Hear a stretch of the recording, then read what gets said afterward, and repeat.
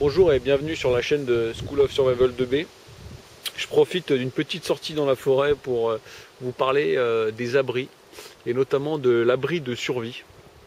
Donc en fait l'abri de survie, qu'est-ce que j'entends par abri de survie? C'est un abri qui va être, que vous allez être capable de faire très rapidement dans la nature avec des éléments de la nature sans additifs, c'est-à-dire sans corde, sans clous, sans outils. Ou du moins avec très peu d'outils. C'est un abri qui doit avoir deux qualités indispensables.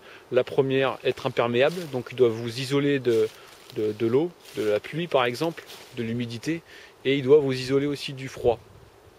Voilà les deux qualités indispensables. La troisième qualité, et là je vais dire qu'elle va dépendre du contexte dans lequel vous vous trouvez, c'est que l'abri de survie doit se fondre dans la nature.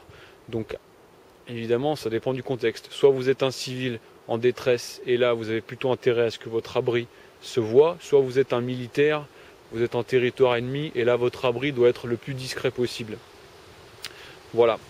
Donc moi ce que j'appelle abri de survie, j'appelle ça aussi l'abri de débris. C'est-à-dire que c'est un abri qui est uniquement constitué de débris trouvés dans la nature. Donc pour l'info, voilà où je me trouve. Donc je suis dans les bois. Il y a beaucoup de vent, donc j'espère que la qualité du son sera bonne. Je commence et je vous montre comment ça se passe. Donc le plus important avant de commencer, c'est de trouver un endroit un petit peu abrité. Donc là on a un arbre ici, et puis on a quelques arbres par là. Donc ça va venir déjà nous abriter un petit peu du vent et nous abriter aussi visuellement. Donc d'abord il faut commencer à faire une structure. Donc c'est une structure typique avec un tronc comme ça qui traverse, qui est supporté par deux branches qui vont se croiser et qui vont former l'entrée de l'abri, le tout attaché et sécurisé par des lianes. Voilà, donc maintenant que la structure est faite, on va venir l'habiller. Voilà, donc ça commence à prendre forme. Donc vous avez compris, l'idée c'est d'habiller la structure avec des morceaux de bois. Donc évidemment pour l'instant je n'ai utilisé que des débris, que des choses que j'ai trouvées par terre. C'est que du bois mort, je n'ai rien coupé, j'ai utilisé aucun outil. Donc là évidemment le but de l'abri de survie c'est d'être capable de le réaliser très rapidement. Donc évidemment plus l'abri sera petit, plus vous serez capable de le réaliser rapidement, et plus il sera petit, plus vous serez confiné à l'intérieur, moins il y aura de déperdition de chaleur. Donc l'idéal pour une personne, c'est de faire quelque chose qui est beaucoup moins haut et peut-être beaucoup moins long. Bon là pour la vidéo, j'ai voulu le réaliser à une échelle un petit peu plus grande, et en réalité ça fera un abri largement pour deux personnes. Voilà. Donc voilà, maintenant la structure est pratiquement entièrement recouverte. Puis on va venir juste colmater quelques brèches avec du petit bois pour être sûr que les feuilles tiennent bien. Voilà.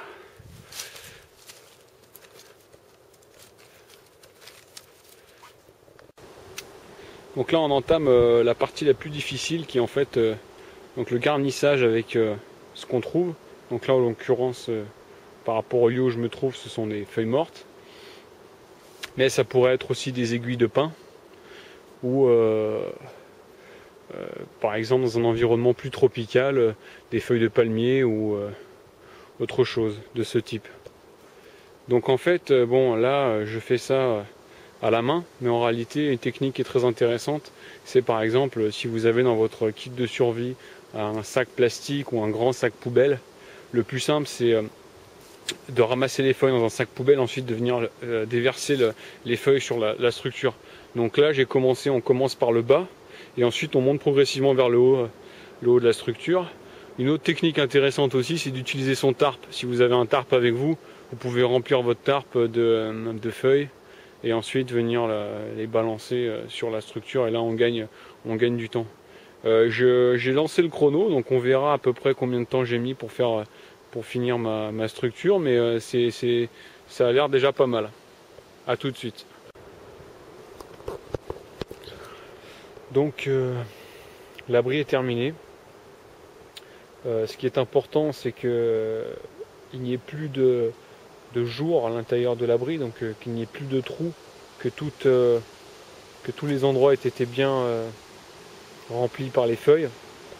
Donc on fait un petit tour de l'abri et on voit que finalement, si jamais on marche au détour d'un sentier, si jamais on peut passer à côté, on peut passer à une dizaine de mètres sans forcément faire attention à l'abri. Donc après, c'est vrai qu'il y a des morceaux qui dépassent au niveau du toit, mais grosso modo, c'est assez discret. Alors un point important aussi, si vous décidez de faire un abri de survie et que vous voulez une discrétion absolue, évitez de ramasser les feuilles autour de l'abri parce que forcément ça crée un vide.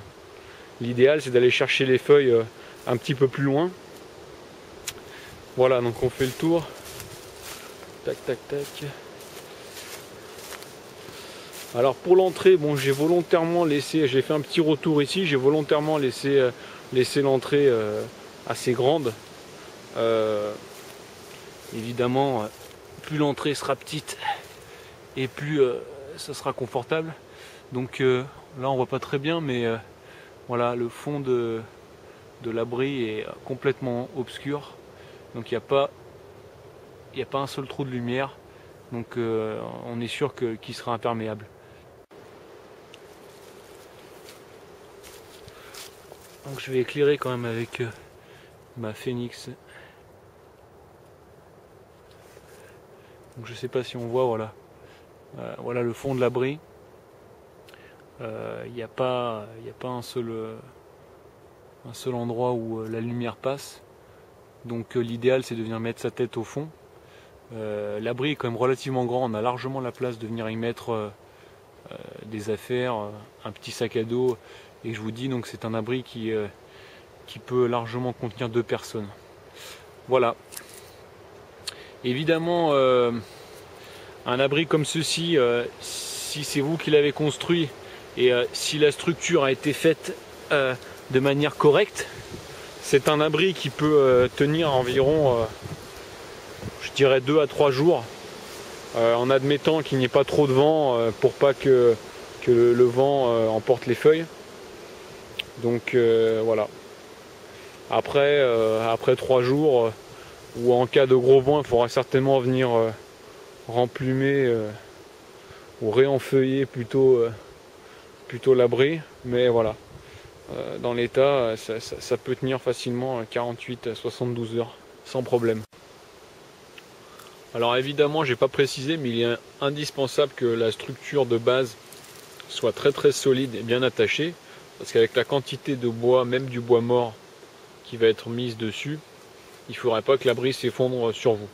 Donc vraiment, j'insiste et je reviens dessus, la structure de base doit être vraiment très très solide. Il n'y a rien qui doit bouger. Voilà. Donc là, je suis sur un talus qui est en face de l'abri. Vous voyez qu'on le distingue à peine. Juste pour vous donner un autre exemple, voilà une configuration idéale pour par exemple un abri d'urgence pour une personne. On utiliserait le tronc qui ne représente aucun danger puisqu'il est déjà à terre, et on viendrait creuser un petit peu dessous, ou du moins enlever les feuilles.